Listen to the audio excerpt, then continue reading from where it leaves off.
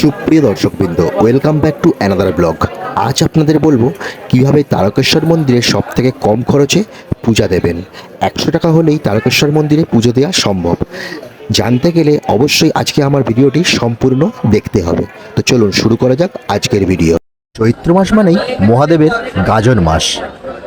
এই মাসে লক্ষ লক্ষ ভক্ত ছুটে আসেন রোজের তারকেশ্বর মন্দিরে সন্ন্যাস গ্রহণ করতে এবং বাবা তারকনাথের কাছে নিজেদের মনস্কামনা জানাতে। তারকেশ্বর মন্দির আসার পরেই প্রথমেই চলে যান দুধপুকুর ঘাটে। বাবা তারকনাথের পবিত্র দুধপুকুরে স্নান সেরে নিন আগে। তারপর পুকুর পাড়েই দেখবেন লাইন দিয়ে রয়েছে গঙ্গা জলের দোকান। সেখান থেকে পছন্দ মতো গঙ্গা জল দাম করে কিনে নিন। ওনাদের কাছেই ফুল, বেলপাতা, সিদ্ধি, জল ঢালার জন্য প্রয়োজনীয় সামগ্রী আপনি পেয়ে যাবেন। আপনার যা প্রয়োজন আপনি ওখান থেকে দাম করে কিনে নিতে পারেন।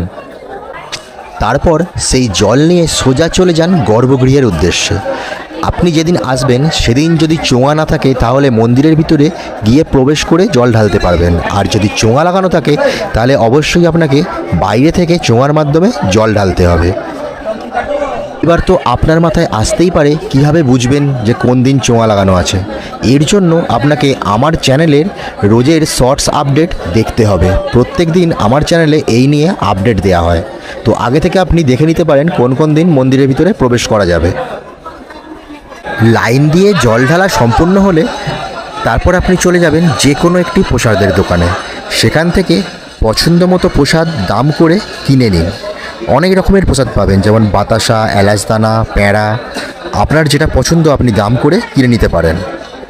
তারপর সেই প্রসাদ আপনি ওই দোকানদারকেও দিতে পারেন, তিনিও পুজো করে দিতে পারেন, অথবা আপনি মন্দিরে নিয়ে গিয়ে নিজেও পুজো করাতে পারেন পুরোহিত মশাইকে দিয়ে। যে দোকান থেকে আপনি প্রসাদ কিনবেন সে দোকানেই আপনার জুতো এবং ব্যাগ রেখে দেবেন।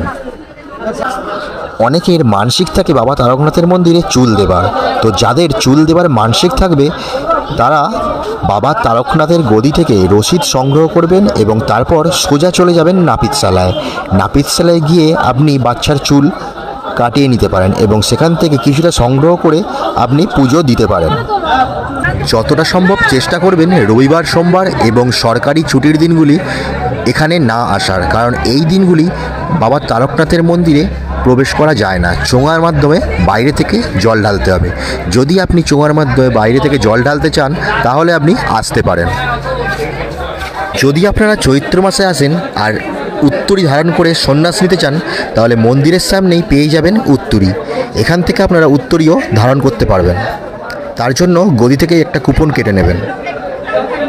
পুজো দেওয়া কমপ্লিট হলে সোজা চলে যান রাজবাড়ি। রাজবাড়িতে গিয়ে মহন্ত বাবার দর্শন করে নিন